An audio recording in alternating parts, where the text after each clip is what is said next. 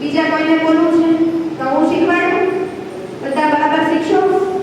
પછી બોલવાનું કરે, ઉઠીને તરત બોલવાનું, પછી સૂતી વખતે બોલવાનું. અને કેટલી ટાઈમ જમીએ આપણે? જમીએ કેટલી વાર? બસ 3 જ વાર જમીએ. પછી ભૂખ નથી લાગતી વચ્ચે? મમ્મીને એવું નથી કીધા કે નાસ્તો આપો? કેવું છો ને? પાણી કેટલી વાર પીએ? બહુ બધી વાર. તો જ્યારે પાણી પીએ અને જ્યારે જમીએ ને ત્યારે મંત્ર બોલવો.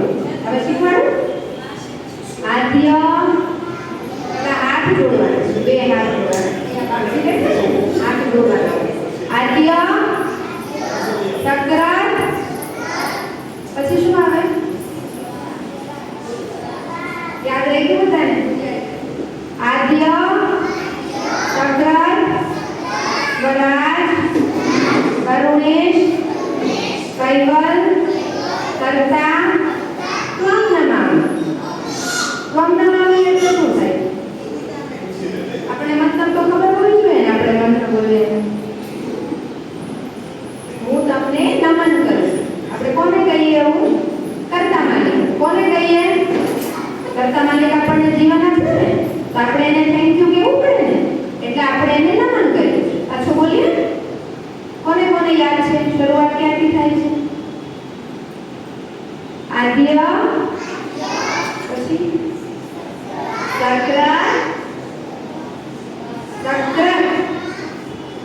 પહેલા બધા આદ્ય બોલો. અવાજ ન આવતો બરાબર. હજી બરાબર બોલો. વરાજ, કરુણેશ, કૈવલ, કર્તા, ત્વમ નમામિ.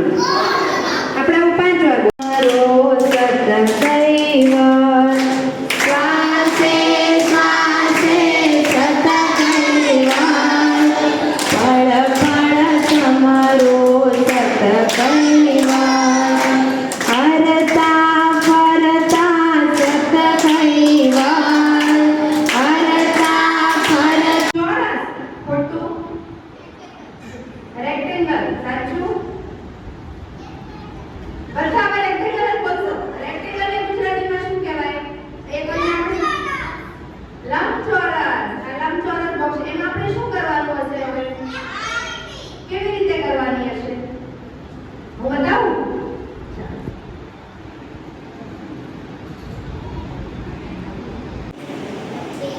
જોરથી બોલવાનું. ખોટું. કૈવલ બોલવાનું. 6 કૈવલ બોલવાનું. 5 માં કૈવલ બોલવાનું. પછી 6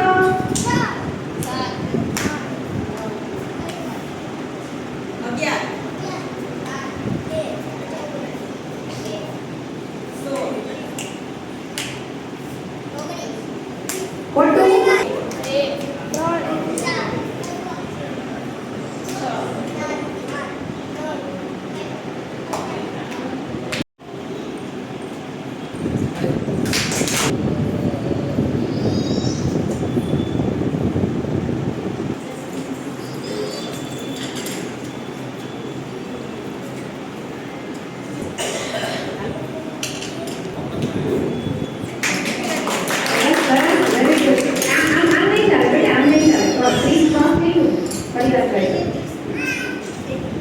સ્ટ્રેટ લાઈનમાં રાખવાની બધી પેન્સિલ.